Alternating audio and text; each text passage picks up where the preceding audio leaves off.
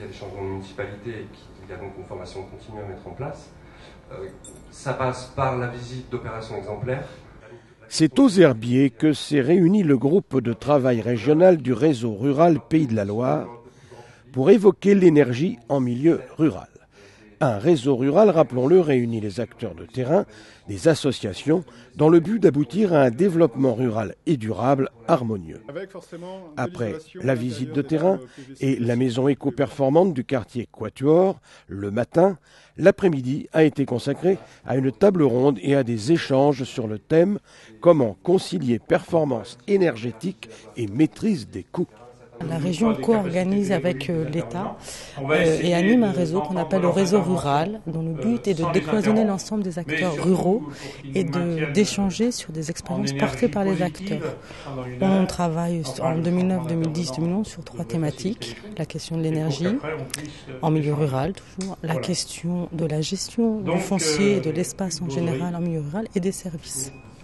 Donc autour de ces 3 thématiques, nous essayons d'organiser, puisque le but c'est bien de travailler pour les acteurs ruraux et pas pour les institutions, de faire en sorte que les acteurs échangent et montrent ce qu'ils savent faire chacun sur leur territoire. Donc à cette occasion, nous organisons des visites des terrains ou des réunions techniques comme aujourd'hui aux Herbiers.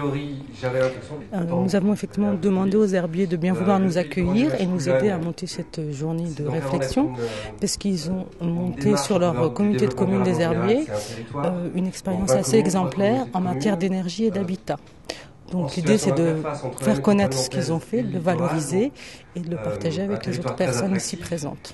La ville des Herbiers a une démarche qui est assez exemplaire en matière qualitative et urbaine, ce qui est aussi la recherche de ce que nous avons au niveau des CUE.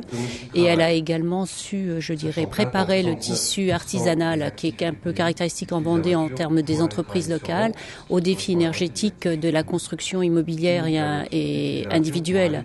Donc c'est ça qui paraît intéressant à souligner. Et elle témoigne également d'une volonté très forte de son maire pour innerver le territoire et amener l'ensemble des acteurs à évoluer, y compris du côté des habitants. Et c'est cette démarche un peu participative et cette démarche de préparation des terrains qui est importante de souligner.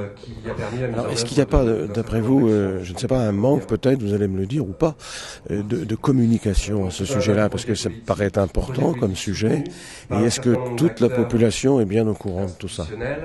Honnêtement, je pense que l'évolution énergétique depuis le Grenelle de l'environnement a fait un grand pas. Vous avez beaucoup de personnes qui sont sensibles. Le cap, il est encore financier, puisque l'énergie, le surcoût énergétique sur les logements aujourd'hui apparaît un plus qu'on prendra si on a les moyens.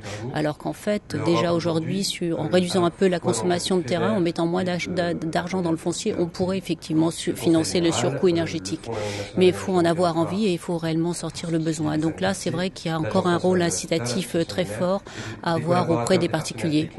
Et chaque année, un thème de travail différent est développé par le réseau rural des Pays de la Loire, comme par exemple la gestion de l'espace, l'énergie ou bien les services.